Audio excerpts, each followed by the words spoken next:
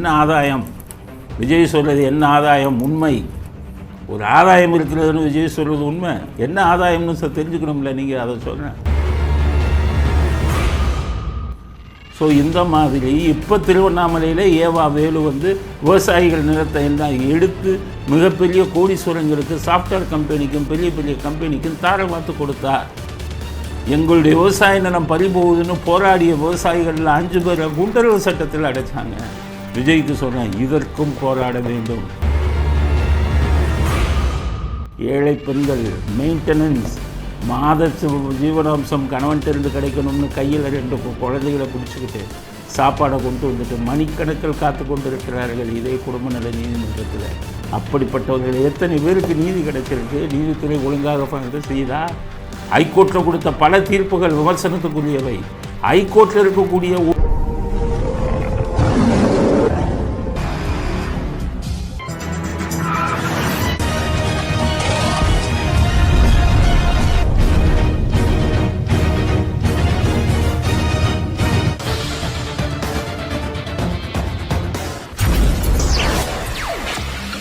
வணக்கம். இன்றைய அரசியல் ஆடுகளத்தில் உங்கள் அனைவரையும் அன்புடன் வரவேற்கிறோம். இன்றைய முக்கியமான செய்திகள், அதில் நமது செய்தி அலசல்கள், இதை பற்றி பார்ப்போம். இன்றைக்கு முக்கியமான செய்தி, விஜய் விமான நிலையம் அமைப்பதற்காக தேர்ந்தெடுக்கப்பட்ட பரந்தூர் கிராமத்திற்கு சென்றது தான் முக்கியமான செய்தியாக இன்று பேசப்படுகிறது. அதை பற்றின விஷயத்தை பார்ப்போம். விஜய் இன்றைக்கி சொல்லியிருந்தார், இன்றைக்கி பரந்தூர் விமான நிலையத்துக்கு எதிர்ப்பு தெரிவித்து அந்த மக்களை சந்திக்கப் போகிறேன் அப்படின்னு சொன்னார். எங்களை பொறுத்தவரை மக்களுக்காக, மக்கள் பிரச்சனைகளுக்காக யார் போனாலும் அவர்களுக்கு எங்கள் ஆதரவை கொடுப்போம். அதனாலே எங்களுடைய ஆதரவை முதல்ல விஜய்க்கு தெரிவிச்சுக்கிறோம். ஏன்னு கேட்டிங்கன்னா, இப்போ முதல்ல விஜய், நான் ஏன் இந்த டைம்னு பரந்தூர் விமான நிலையத்துக்கு எதிர்ப்பு தெரிவிக்கணும்னு முடிவு செஞ்சேன் அப்படின்னா, அதுக்கு காரணம் ஒரு சிறுவன், பரந்தூர் கிராமத்தை சேர்ந்த ஒரு சிறுவன் பேசியிருக்கும் ஒரு வீடியோ வந்திருக்கு. அதை பார்த்த உடனே எனக்கு மனசு கஷ்டமாயிடுச்சு. அதனால தான் நான் பரந்தூர் விமான நிலையத்துக்கு எதிர்ப்பு தெரிவிப்பதற்காக இங்கு வந்திருக்கிறேன் அப்படின்னு சொல்லியிருக்கேன். உங்கள் போராட்டத்தை பற்றி ராகுல்னு ஒரு பையன், சின்ன பையன் பேசுனது நான் கேட்டேன். அந்த குழந்தையோட பேச்சு மனசு ஏதோ செஞ்சிருச்சு.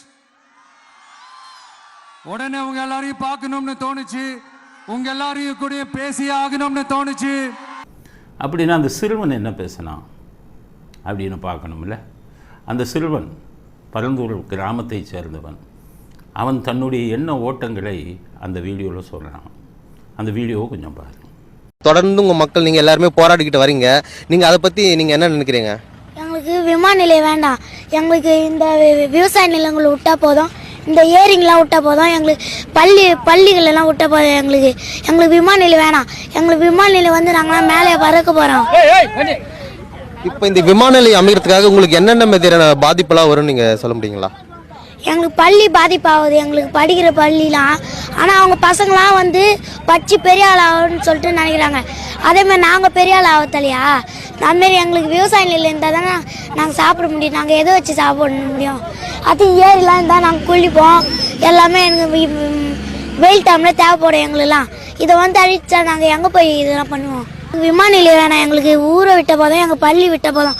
அவங்க மட்டும் அவங்க பசங்க, அவங்க அப்பா, அவங்க எல்லாரும் சொல்லிட்டு படிக்கணும்னு சொல்லிட்டு நினைக்கிறீங்க. அதேமாதிரி நாங்களாம் படிக்கலையா? ஸோ இந்த வீடியோவை பார்த்தீங்கன்னா உங்களுக்கு தெரியும், அவன் பேசிய பேச்சுக்கு பின்னாடி மிகப்பெரிய ஒரு மனம் சம்பந்தப்பட்ட ஒரு விஷயம் இருக்குது.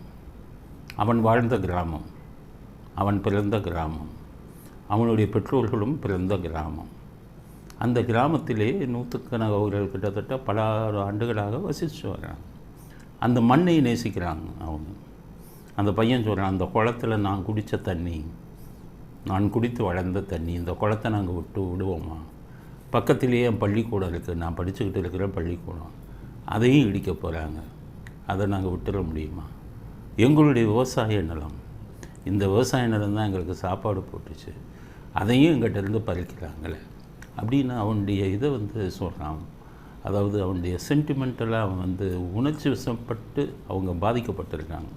காரணம், கிராமத்தில் உள்ளவங்கள்லாம் காணி நிலமாக இருந்தாலும் விட்டு கொடுக்க மாட்டாங்க. நிலங்களுக்காக கொலைகள்லாம் விடுவோம். நிலத்தில் அந்த வரப்புன்னு சொல்லுவாங்க, அதை போடுறதுலே அவ்வளோ தகராறு வரும். காரணம், மக்கள் வந்து அந்த நிலங்களுக்காக உயிரை கொடுப்பாங்க. காரணம், அந்த நிலத்திலிருந்து தை மாதம் பொங்கல்லாம் ஏன் வைக்கிறாங்கன்னு கேட்டிங்கன்னா, விளைந்து தனக்கு தானியத்தை கொடுத்து அந்த நிலத்துக்கு நன்றி செலுத்துவாங்க. இப்படி நிலங்களை உயிருக்கு மேலாக நேசிப்பாங்க. ஒரு நல்ல மனுஷங்களாக இருந்தால், மனசாட்சி உள்ள மனுஷங்களாக இருந்தால், இந்த மாதிரி விமான நிலையம் அப்படிங்கிற இதெல்லாம் வரும்போது அவங்க முதல்ல என்ன பார்ப்பாங்க? விவசாய நிலங்கள் பாதிக்கப்படுதா, விவசாயிகள் பாதிக்கப்படுகிறாங்களா, கிராம மக்கள் பாதிக்கப்படுகிறாங்களா, அவங்க வாழ்வாதாரம் பாதிக்கப்படுதா? மனசாட்சி உள்ள மனுஷனாக இருந்தால் இதைத்தான் நினைப்பான். அரசியல்வாதி எங்கள் மனசாட்சி உள்ளவனை, இவன் ஊரை கொள்ளையடித்து நாட்டை கொள்ளையடித்து வெளிநாட்டில் முதலீடு பண்ணுறவனுக்கு கிராமத்தில் உள்ள விஷயங்கள்லாம் என்ன தெரியும்? நான் சொல்கிறேன், ஸ்டாலின் வந்து வீடு கட்டியிருக்காரு வேளச்சேரியில், 100கணக்கான கோடி.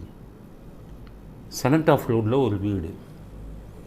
இந்த வீடுகள்லாம் 100கணக்கான கோடியில் கட்டியிருக்காங்க.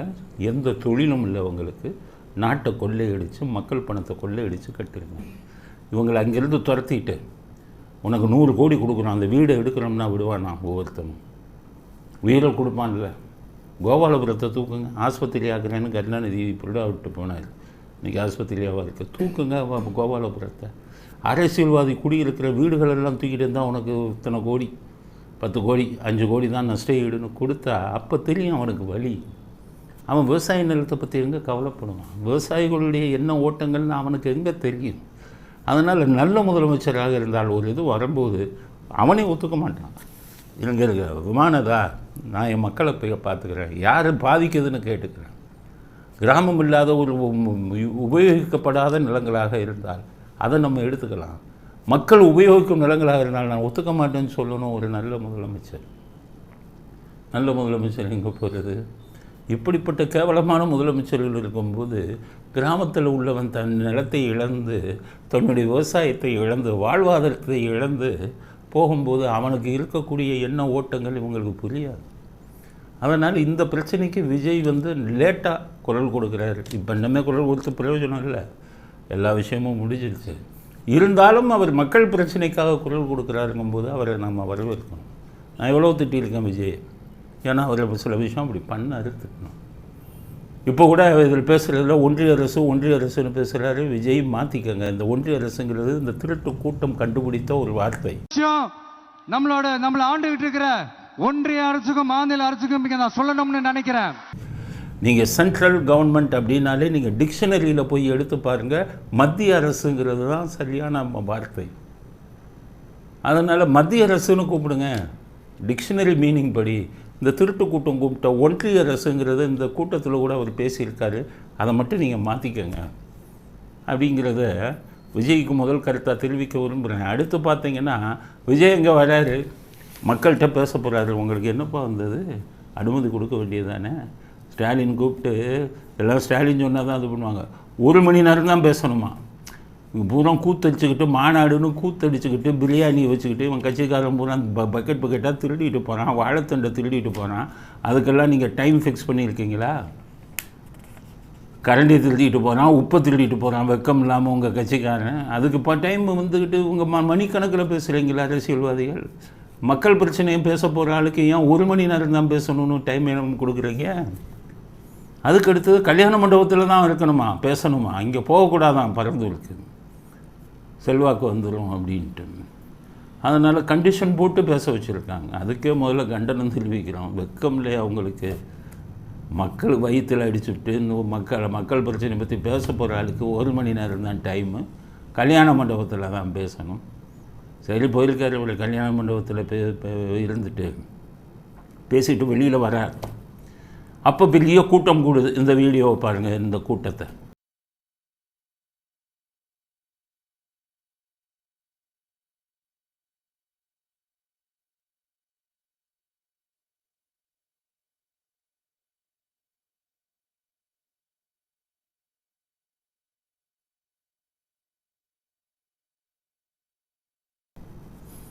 இதில் வேடிக்கை என்ன தெரியுமா, இந்த கூட்டம் ஒரிஜினலாக விஜய்க்கு ஆதரவு தெரிவித்து வந்த கூட்டம். இந்த ஸ்டாலின் மாதிரி 1000 ரூபா கொடுத்து பிரியாணி கொடுத்து பாட்டிலை கொடுத்து கூட்டிகிட்டு வந்த கூட்டம் இல்லை. இன்றைக்கி இருக்கிற எந்த அரசியல்வாதிக்கும் ஒரிஜினலாக கூட்டமே கிடையாது. இப்போ பார்த்தீங்கன்னா இந்த ஆட்களை கூட்டிகிட்டு வரான் பாருங்க அரசியல்வாதி, அதுக்கு ஏஜென்சி ஆரம்பிச்சிட்டாங்க. இங்கே சென்னையிலலாம் 2-3 ஏஜென்சி இருக்கான். என்னப்பான்னு கேட்டான், சார் அரசியல் கூட்டத்துக்கு ஆள் அனுப்புகிறோம், எப்படி ரேட்டு 1250 ஒரு ஆளுக்கு. என்னென்னு கேட்டிங்கன்னா 1000 ரூபா ஒரு ஆளுக்கு, 250 ரூபா எனக்கு கமிஷன், ஏஜென்சி கமிஷன். சரி 1250 ரூபா அவனுக்கு கொடுக்குறான் பாருங்கள் 1000 ரூபா, அவன்கிட்ட இருந்து ஒரு 250 ரூபா.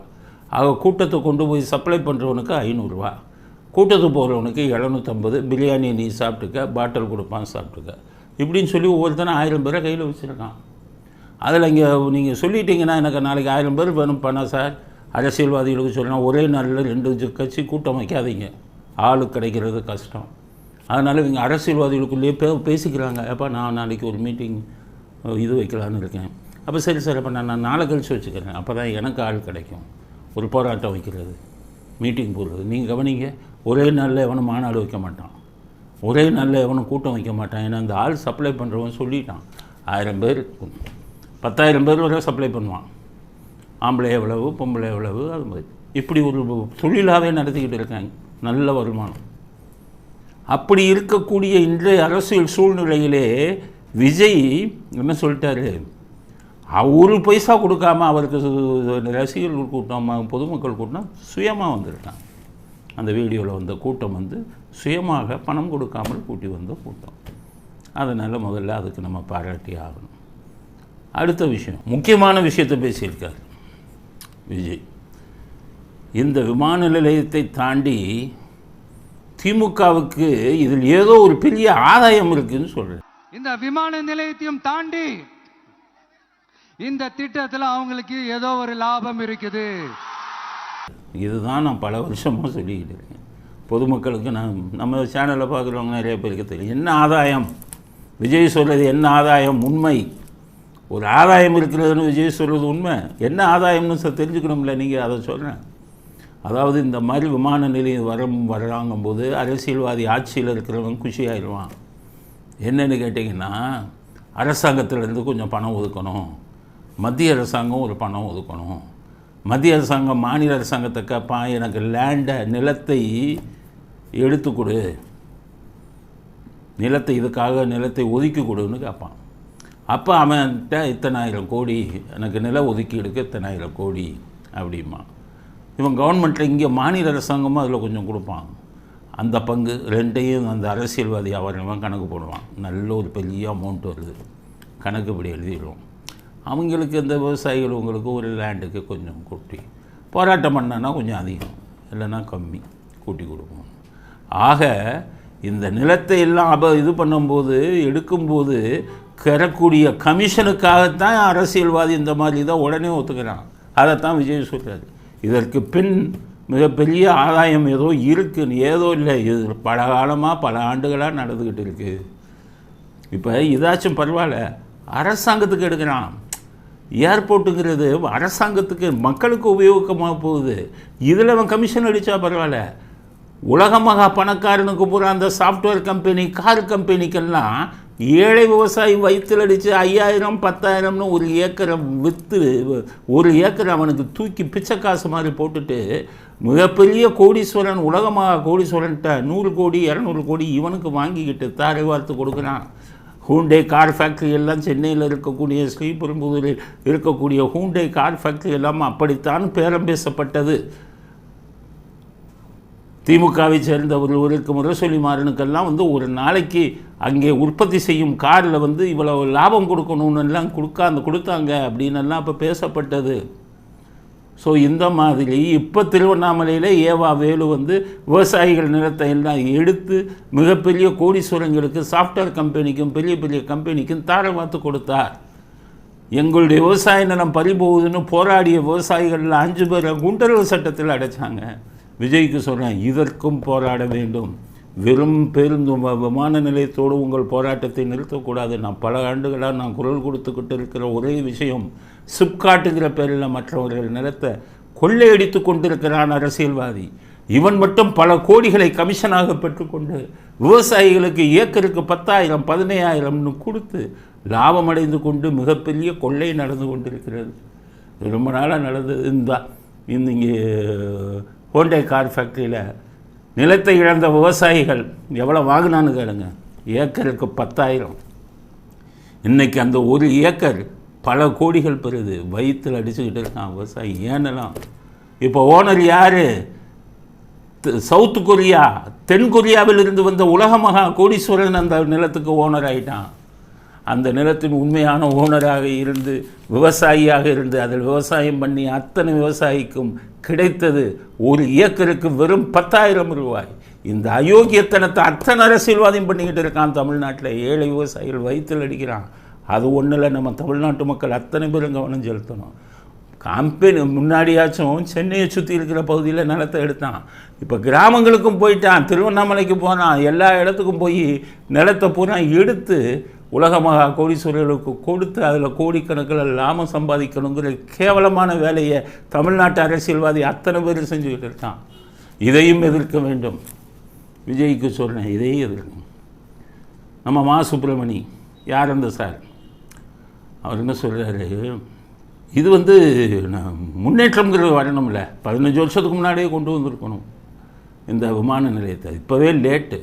விவசாயிகளுக்கு நிறைய நாங்கள் இழப்பீடு கொடுக்குறோம். எவ்வளோ கொடுக்குறான்னு கேளுங்க. இந்த இழப்பீடில் இவங்க இந்த அரசியல்வாதிகள் எடுத்துக்கிட்டு எவ்வளவு எடுக்கிறாங்க. இந்த இழப்பீடை கொடுக்கும்போது திமுக கட்சிக்காரெல்லாம் புரோக்கர் லோக்கல் அந்த நிலத்தை இழக்கக்கூடியவனுக்கு உனக்கு அரசாங்கத்திட்ட இவ்வளோ வாங்கித்தரேன், எனக்கு அதில் இவ்வளோ கமிஷன் கொடுன்னு பாதி படத்தை அங்கே இருக்கக்கூடிய திமுகக்கார ஏஜென்ட்டுங்க எடுத்துக்கிறான். இவர் நம்ம இப்போ பல பேர் நீங்களே நினைக்கலாம், ஏன்னா ஏர்போர்ட் வருது அது நல்லது தானே, நமக்கு நல்லது. நிலத்தை இழக்கிறான்ல, அவனுடைய இதை பார்க்கணும்ல, அவனுடைய எண்ணம் என்னங்கிறத பார்க்கணும். அவன் பொழப்ப கெடுத்து எல்லாம் வைக்கக்கூடாதுல்ல. சரி, அப்படியே வைக்கிறாங்கன்னு வைங்க. இவர்கள் முட்டாள்தனமாக செயல்படக்கூடியவன் இன்றைக்கி அரசியல்வாதி. எப்படின்னா, இது நடந்த விஷயம் நான் உங்கள்கிட்ட சொல்கிறேன். இதனால தான் நான் பல தடவை கொதித்து பேசுகிறேன். பாதிக்கப்பட்ட மனசு எப்படி துடிக்கும்னு. மீனம்பாக்கம் இங்கே தானே விமான நிலையம் இருந்தது. 2006 மீனம்பாக்கம் விமான நிலையத்தை விரிவுபடுத்த போகிறோம்னு சொல்லி அந்த பல்லாவரத்தை அடுத்து இருக்கக்கூடிய கிரகம்பாக்கம் அப்படிங்கிறதுலாம் ஆயிரக்கணக்கான ஏக்கரை விவசாயிகள்கிட்டருந்து எடுத்தான் அரசாங்கம்.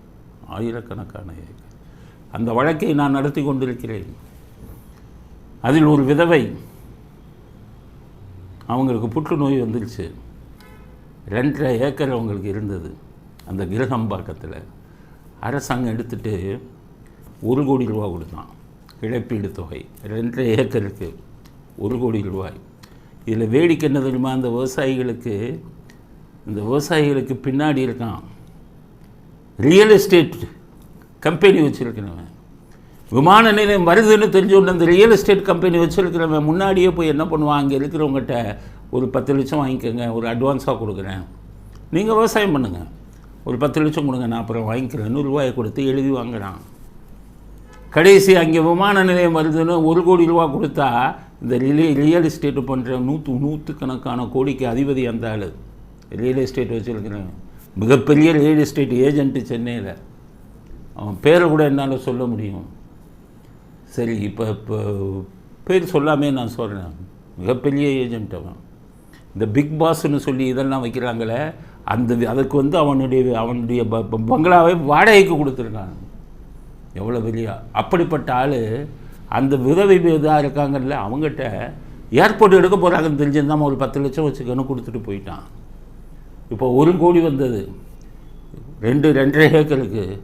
அந்த அம்மா அந்த 1 கோடியாச்சும் வாங்கலைன்னா வாங்கிக்கிறேன் அப்படின்னு ஒன்று ஃபோர்ஜரி கையெழுத்தெல்லாம் போட்டு அந்த அம்மா மேலே வழக்க போட்டான். அந்த 1 கோடி எனக்கு தான் செல்லும். மிகப்பெரிய கோடீஸ்வரன் ஃபோர்ஜரி இதெல்லாம் வச்சு அந்த ரியல் எஸ்டேட் இவன் கோடீஸ்வரன் 100 கோடிக்கு அதிபர். அவன் இதுவரை பல மோசடிகள் பண்ணியிருக்கான், யாருமே கைது பண்ண முடியலை. மிகப்பெரிய ரியல் எஸ்டேட்டுக்காரவங்களாம் கைது பண்ண முடியலை. இந்த விதவை அம்மாவுக்காக கேன்சர் வர வந்துருச்சு, புற்றுநோய். அவர்களுக்காக வழக்கை போட்டு அந்த 100 கோடிக்கு அதிபதியாக இருப்பவனையும் அவன் மகளையும் 16 நாள் உள்ள தள்ளினான். இறைவன் எனக்கு கொடுத்தார், ஏன்னா அவ்வளோ பெரிய அயோக்கியத்தனம் பண்ணியிருக்கான். இறைவன் எனக்கு அந்த சக்தி கொடுத்தார். 100 கோடி காரண்ட போய் மோதி கோர்ட்டில் போய் பண்ண முடியுமா? பணத்தை தூக்கி எறிவான். அவன் செய்த பாவம் 16 நாள் ஜெயிலில் இருந்துட்டு வந்தான். இன்னும் வழக்கு நடந்துக்கிட்டு இருக்குது. 18 வருஷமாச்சு. அந்த 1 கோடி ரூபாய் அந்த அம்மாவுக்கு கிடைக்கல, இறந்து போயிட்டாங்க. இப்போ அவர்கள் வாரிசுகள் வந்து இப்போ கேஸை நடத்திக்கிட்டு இருக்காங்க. நானும் தலைகீழாக நிற்கிறேன். இருக்கிற ஜட்ஜு பூரா சப்போர்ட் பண்ணுறான். இருக்கிற ஜட்ஜு பூரா அவன் அந்த ஆளுக்கு ஆதரவாக தான் கொடுக்குறான். என்ன இப்போ கிட்டத்தட்ட 16 வருடம் 2.5 ஏக்கர் கொடுத்தது அரசாங்கம் 1 கோடி பிச்சை பணம். இப்போ என்ன ஆச்சுன்னா, அரசாங்கம் எடுத்தான்ல விமான நிலையத்துக்கு, அந்த நிலத்தை விமான நிலையத்துக்கே உபயோகப்படுத்தலை. அப்புறம் எதுக்கு எடுக்கிறீங்க நீங்கள்? இன்னொருத்த நிலத்தை எடுத்தீங்கன்னா இப்போ அந்த இடத்துல ஒரு கிரவுண்டு 2 கோடிக்கு போகுது. அந்த பெண்ணுக்கு அது கிடைத்திருந்தால் 100 கோடி ரூபாய் அந்த 2.5 ஏக்கரின் மதிப்பு, இன்றைய மதிப்பு. அரசாங்கம் எடுத்துக்கொண்டது 1 கோடி ரூபாய் நஷ்டஈடு கொடுத்தான். அந்த இவர் சொல்கிறார் மாசுப்பிரமணி, அவர்களுக்கு இழப்பீடு கொடுக்குற 1 கோடி. அந்த 1 கோடியையும் ஒரு ரியல் எஸ்டேட்டுக்காரங்க போலி கையெழுத்தை போட்டு அவங்களுக்கு கிடைக்க விடாமல் பண்ணிட்டான். எந்த விவசாயிக்கும் ஒழுங்கான இழப்பீடு போய் சேர்வதில்லை. இடைத்தரகர்களும் அரசியல்வாதிகளும் அங்கேயும் கொள்ளையடிக்கிறார்கள். ஆக விவசாயம் செஞ்சுக்கிட்டு இருந்தவன் பொழப்பையும் கெடுத்து எவன் சாப்பிட்றான்னு பாருங்கள். இதையெல்லாம் ஒரு நல்ல முதலமைச்சராக இருந்தால், மனசாட்சி உள்ள முதலமைச்சராக இருந்தால் மனசில் வச்சுக்கிட்டு செய்யணும். அவங்களுக்கு பாதிப்பு வரக்கூடாது. நீ எவன் மனசில் வைக்கிறான்? எவன் விவசாயியை பற்றி கவலைப்படுறான்? நோபல் ஸ்டீல் வாடா, நமக்கு துபாயில் வச்சுருக்கோம், நீ டைரக்டர், நீ வா, நீ வந்து இந்த நீ ஒரு டைரக்டர், இப்படித்தானே சிந்திச்சுக்கிட்டு இருக்காங்க. விவசாயி பற்றி எவன் கவலைப்படுறாங்க? இப்படித்தான் இந்த விமான நிலையத்துக்கு பின்னணி. நீங்கள் நினைப்பீங்க நமக்கு முன்னேறணும்லப்பா, விமான நிலையம் வரட்டும்.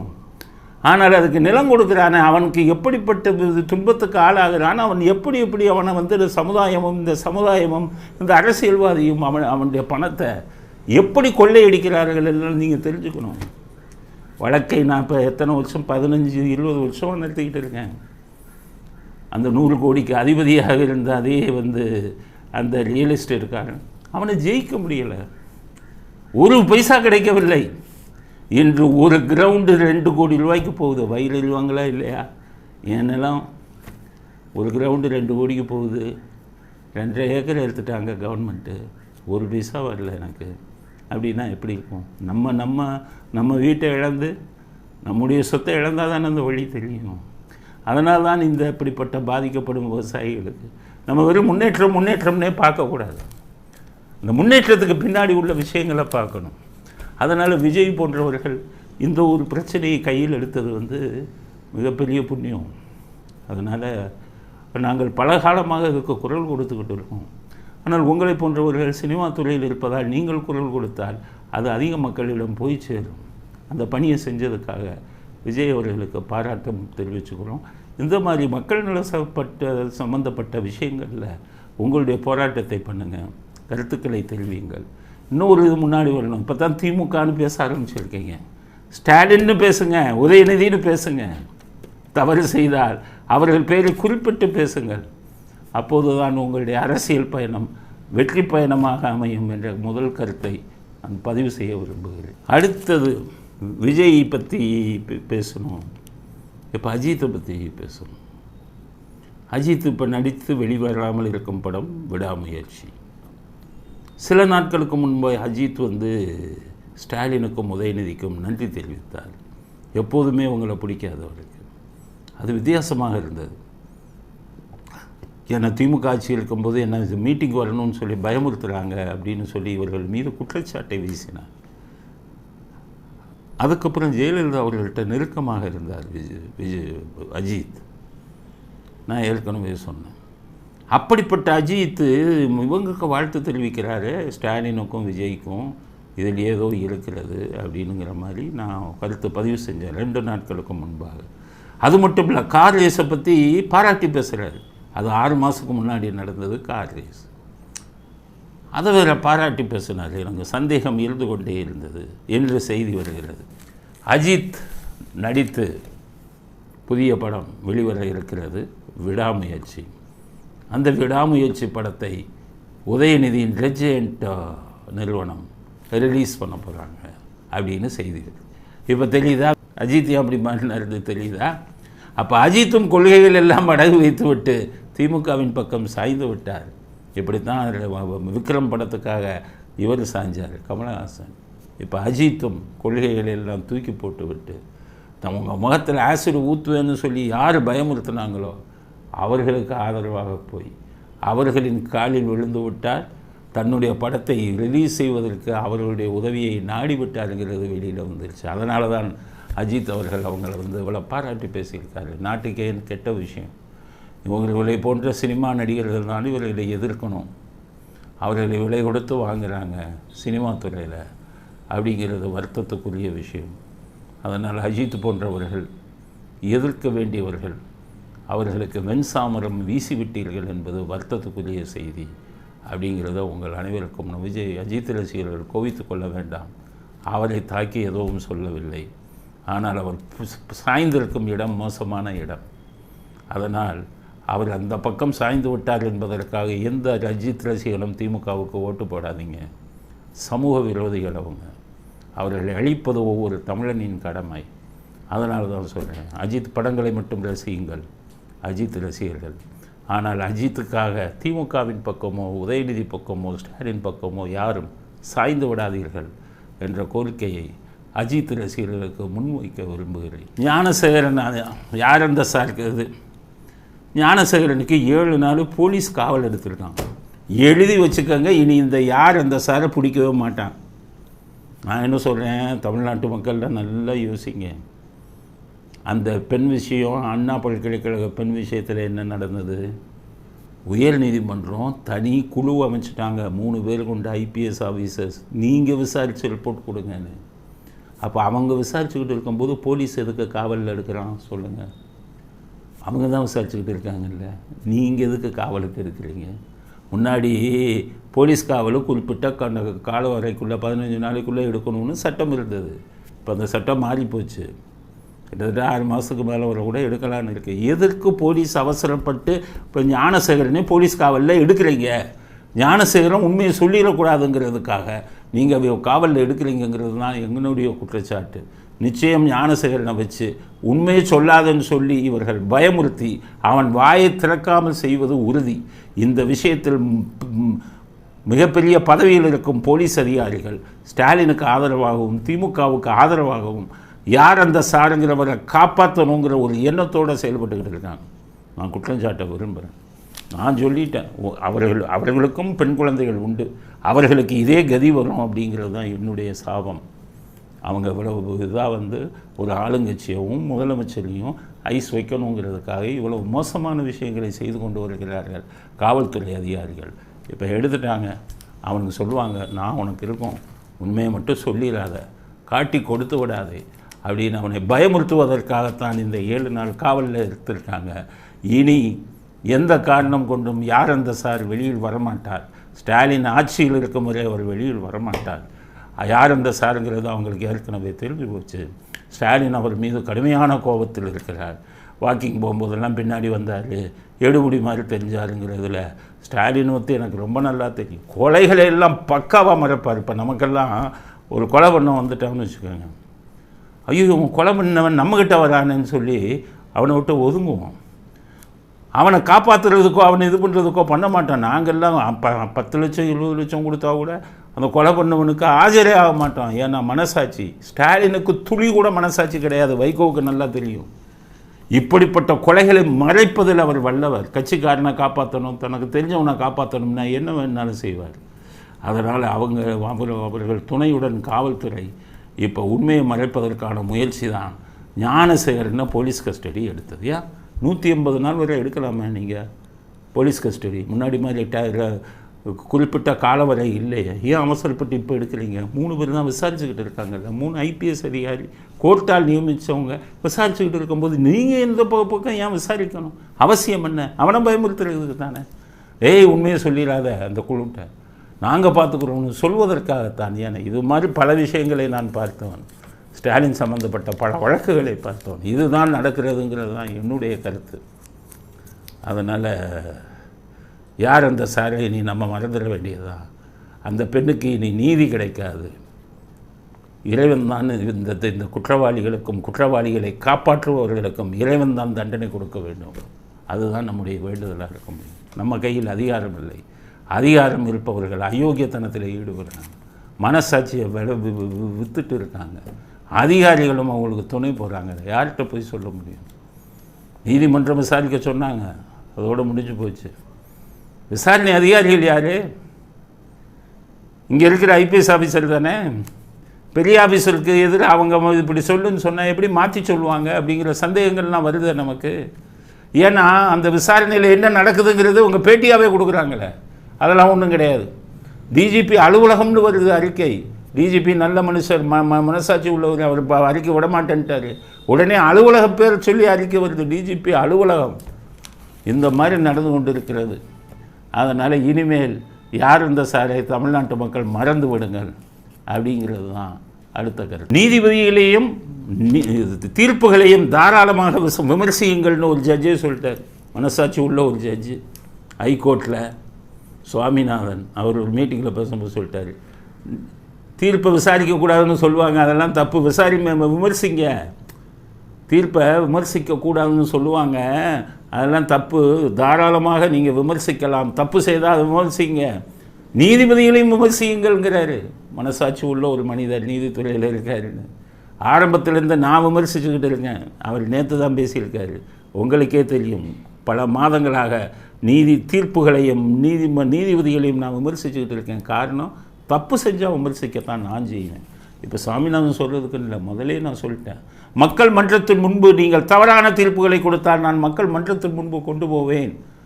தவறான விஷயங்களை செய்யும் நீதிபதிகளை மக்கள் மன்றத்தின் முன்பு குற்றவாளிகளாக கொண்டு போவேன் நான் சொல்லி பல மாதங்களாகிவிட்டது. என்ன ஆட்கொணர்வு மனுன்னு ஒன்று கொண்டு வருவாங்க. ஒரு நீதிபதி சொல்கிறாரு, ஆட்கொணர்வு மனு செல்லுங்கிறாரு, ஆளை பக்கத்திலேயே வச்சுக்கிட்டு. கடைசி அது செல்லாதுன்னு நீதிபதி உச்ச நீதிமன்றம் போச்சில்ல. அப்போ செல்லும்னு தப்பான தீர்ப்பை கொடுத்த அந்த நீதிபதிக்கு யார் தண்டனை கொடுத்தது? இதுதானா நீதித்துறை? தப்பான தீர்ப்பை கொடுக்குறாங்களே, கரெக்டாக பண்ணுறீங்க விசாரணை, முகஸ்துதி பார்த்து பண்ணுறீங்களே. பல தடவை சொல்லிட்டேனே, கருணாநிதிக்கு சமாதி கொடுக்குறதுனா 3 மணிக்கு அப்படியே பேசி வச்சுக்கிட்டு தீர்ப்பு கொடுக்குறீங்களே.